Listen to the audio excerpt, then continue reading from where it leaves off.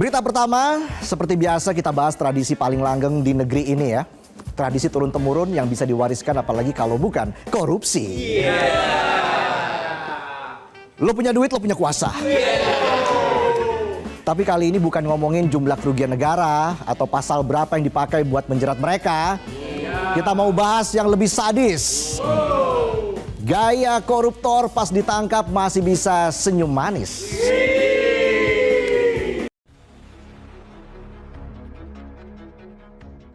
Ada dua jenis senyuman paling bikin bulu kuduk merinding. Pertama, senyuman mantan yang ngenalin pacar barunya. Dibawa ke rumah lagi. Yang kedua, senyum koruptor waktu ditangkap sambil pose dua jari kayak habis dapat nomor undian pemilu. Uye. Contohnya Ari Yuli Ningsi Lindoeno, ASN Kendari, habis ngembat 444 juta rupiah kata Kejari Kendari. Dianya malah senyum pose dua jari kayak mau ajang pencarian bakat. Bedanya kalau ajang pencarian bakat mengandalkan skill and brain, kalau dia mah bawa duit rakyat dan akhlak 2 watt. Lanjut geser ke Banyuwangi, ada mantan kades Halian yang diduga ngibrit bawa dana desa 1,3 miliar rupiah.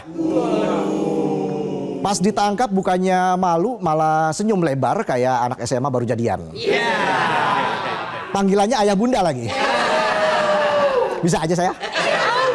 1,3 miliar bos. Itu uang kalau dikumpulin bisa upgrade jalan di desa. Dari jalanan tanah jadi jalanan mulus kayak pipi artis Korea.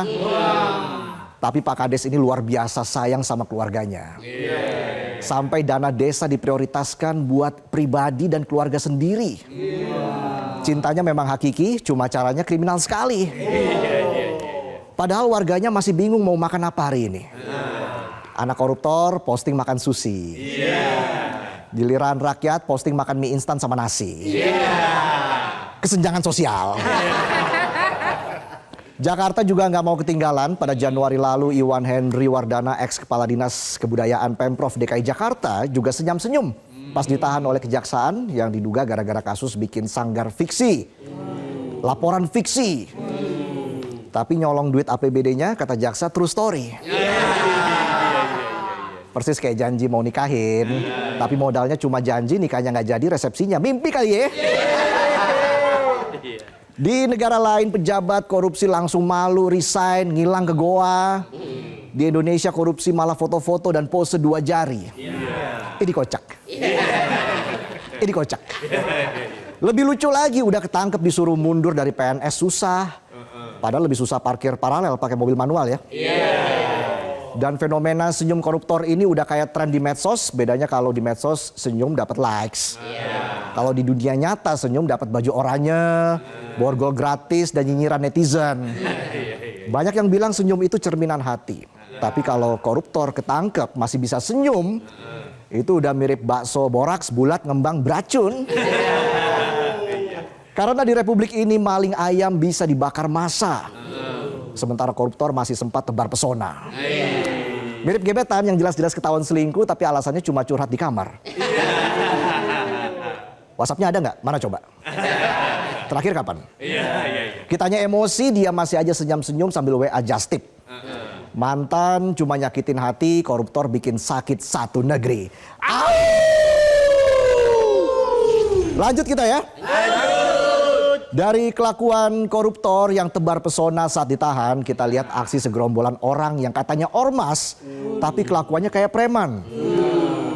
Katanya Indonesia mau jadi negara yang ramah investasi, tapi yang datang malah mobil ormas bawa proposal pungli. Belum juga pabriknya jadi, ormas sudah berdiri duluan minta jatah kopi. Kopi belum bayar. Seruput kopinya, belakangan bayarnya. Ditunggu iklannya ya. Bisa aja saya. Come on, BYD dan Finfast itu datang mau investasi, bukan mau daftar jadi korban pungli tahunan. Padahal pemerintah udah woro-woro investasi yes, premanisme no. Tapi ormas ini kayak iklan sampo KW berkilau di luar, ketombean di dalam. Uye.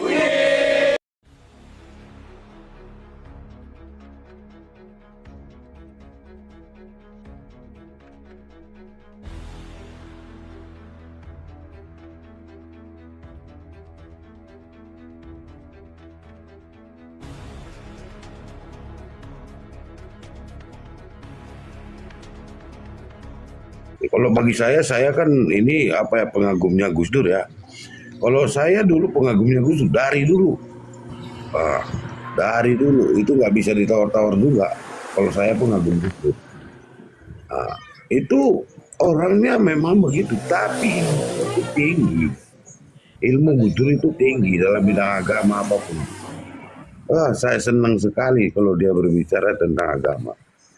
Tapi mereka tidak. Ketika mereka berbicara agama, kasar, terus caci maki, fitnah, mengatasnamakan agama, fitnah. Apa kita boleh? Apa tidak? Mungkin anak sanawiyah atau kita nggak boleh. Halo, selamat pagi yang baru Ya kan gabung. Leo. Anak sanawiyah yang baru kemarin ke sanawiyah misalnya, ditanya begitu, kalau fitnah dan dendam boleh enggak diajarkan oleh agama kita? Boleh enggak dikeluarkan? Boleh enggak dibicarakan? Masa orang fitnah kita bela? Kan begitu. Namanya fitnah itu kan belum tentu kebenarannya. Betul. Boleh enggak dalam agama? Belum apa-apa udah tercemar, Bang. Ya iya, makanya mencemarkan nama baik orang itu diperbolehkan enggak dalam agama? Kan itu pertanyaannya. Betul. Kalau dia bawa agama, apa tujuannya? Berarti bukan itu. Ia hanya menjual agama itu untuk kepentingan dirinya dan kelompoknya. Itu aja. Itu namanya Bang, kalau otak udah ada terdoktrin kayak gitu tuh. Namanya orang komunis. Komunis itu mana ada amannya untuk di negara. Di negara manapun kalau otak komunis itu nggak akan aman, Bang. Perang terus. Otak komunis tuh, komunitas Anies. Ya, Benar. masa mau gantiin Gibran jadi wakilnya, nggak tahu malu maju ke depan, itu kan bukan. Dia itu cari pembenaran biar apa bisa melunasi utang sama apa JK. Itu Roy Suryo tuh aset negara itu sampai sekarang belum lunas tuh. Iya, nggak Suruh dia tahu. bayar aset negara itu yang dibawa dia itu, yang diambil dia tuh. Itu keluarga itu komunis itu. Biar Sama sadar mereka dia tuh. nggak takut, ya bingung juga, saya nggak takut dosa mereka ini. Kemarin apa Saya lagi, fitnah Bang? orang itu mikir 50 kali. Fitnah orang itu kan harus mikir berapa kali, jangankan 50, harus berkali-kali, karena fitnah lebih kejam dari membunuh. Itu rumusnya. Iya. Iya. Merusak juga, Bang. Fitnah itu bukan pembunuh aja, merusak nama baik. Tercemar Merusak nama benar-benar. baik, menjatuhkan nama orang. Menjatuhkan nama orang. Tapi kalau kita yang waras itu berpikir untuk memfitnah Pak, ya kan? Ya tidak lah, nggak Itu mau. otak komunis yang sudah terdoktrin itu. Kalau otak komunis yang sudah terdoktrin ya kayak gitu itu. Dia itu kan nggak berpikir untuk memfitnah orang, bagaimana menebar kebencian apa segala macam. Nggak berpikir ke sana. Iya, betul, Bang Putra. Ada kemarin ya, Bang Putra ya, settingan di bawah memfitnah Jokowi itu ibadah, mendapatkan pahala. Aneh Nah, settingan itu itu. Merusak benar. Saya minta tolong pada Pak Yanto, kalau memang mau naik Pak Yanto silakan naik berdebat dengan saya, tidak usah dengan teman-teman lain, semua untuk Putra Sasak aja lawan berdebat. Pak Yanto ya bilang adili Jokowi. Naik aja. Kasih naik dia, Bun. Naiklah. Ini soalnya menyangkut apa ya? Pak Jokowi itu kasihan, sudah saya bilang, Indonesia ini luas, bukan untuk Jawa saja. Yang udah dibuktikan di Sulawesi dibuktikan, Nah, NTB dibuktikan, semua dibuktikan. Sama Pak Jokowi. Ya suruh aja dia itu, kalau dia berani Iya. naik, suruh aja Naik, dia multi. naik. Jangan Papua. cuma Mana, ketik-ketik Bra? bikin sakit tangan aja. Tapi Mana Papua, mau, Irian biarin Pak aja Jokowi. capek, tangannya tapping. Kalau kamu udah nggak diterima di Indonesia, datang ke sini. Aku sambut dengan bahagia. Itu ibaratnya Papua. Suruh aja Ya dia Allah, naik gitu kalau ya. berani naik gitu. Kalau dia pengecut ya biar aja dia tapping di bawah. Ya biarin aja, Pak, sampai keriting tangannya, Bang. Kalau dia ada nyali naik dia. Tapi kalau dia Kan sampai saya pengecut ngomong, biar aja dia di bawah.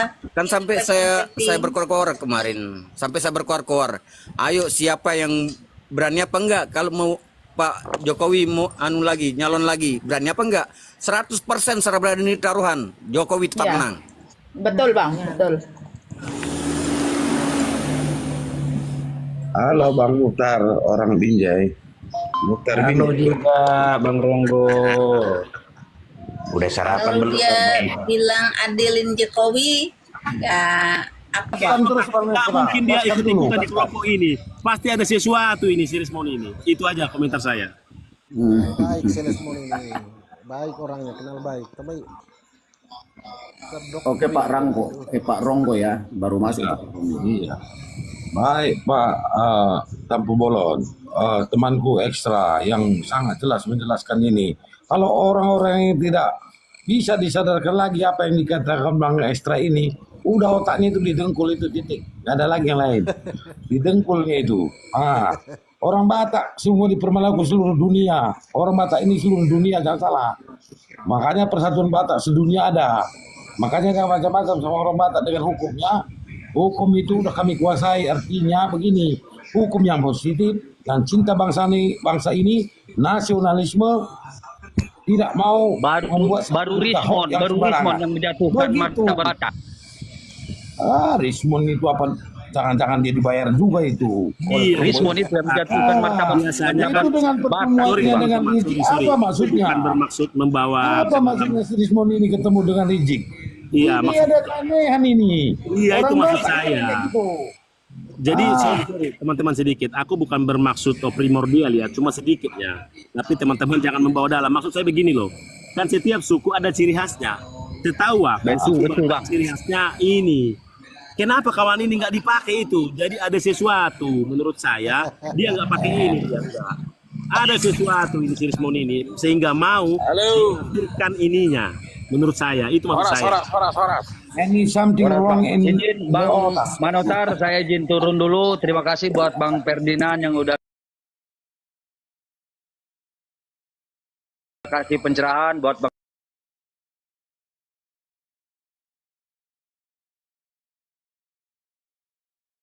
Ronggo juga, Bang Ekstra, Bang Mateus, kawan semua.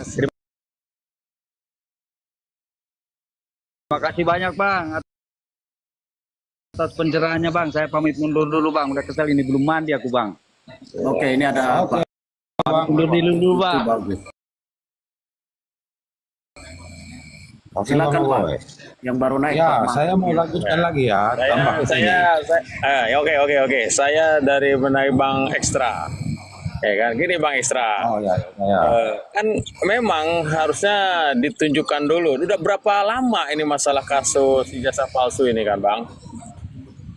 Ya, abang tahu kan itu masalah ijazah palsu itu udah berapa lama? Kenapa tinggal ditunjukkan? Kan ini ya Bang, kita tinggal gampang sebenarnya. Ketika diminta ditunjukkan, ya tunjukkan saja gitu loh. Apa masalahnya? Apa susahnya? Sehingga berlarut-larut dalam sehingga ekonomi kita sampai babak belur seperti fokus aja ke situ. Kenapa tinggal tunjukin ini ijazah saya loh, ininya. Nah, ketika setelah kita tunjukin ijazah asli kita, baru kita menggulirkan, laporkan balik orang itu yang menuduh kita palsu. Itu namanya berarti pencemaran nama baik, kan begitu Bang? Aku jawab dulu Bang. nggak bisa Itu, Bang mati. Bang Nggak itu bisa, Bang. Kalau abang mendengar tadi narasi saya, nggak segampang itu abangku. Perhatikan pelan-pelan. Biar abang masuk ke hatimu abangku. Anak ini, bapak ini, aku tidak ada hubungan dengan Pak Jokowi ya. Aku tidak kenal, hanya tahu saja. Dan saya ada di garis waktu dia memerintah, oke? Bapak ini dituduh PKI, ternyata tidak terbukti. Bapak ini dituduh kurang makan, ibunya mengatakan, sampai ibunya datang loh, enggak anak saya memang modelnya gitu. Segala sesuatu yang menyakitkan dituduh. Lalu, perhatikan.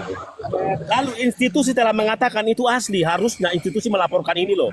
Karena dengan secara tidak langsung UGM telah dituduh berkolaborasi dengan sesuatu yang negatif. Baru artinya begini. Coba, segampang itukah kamu telah dituduh?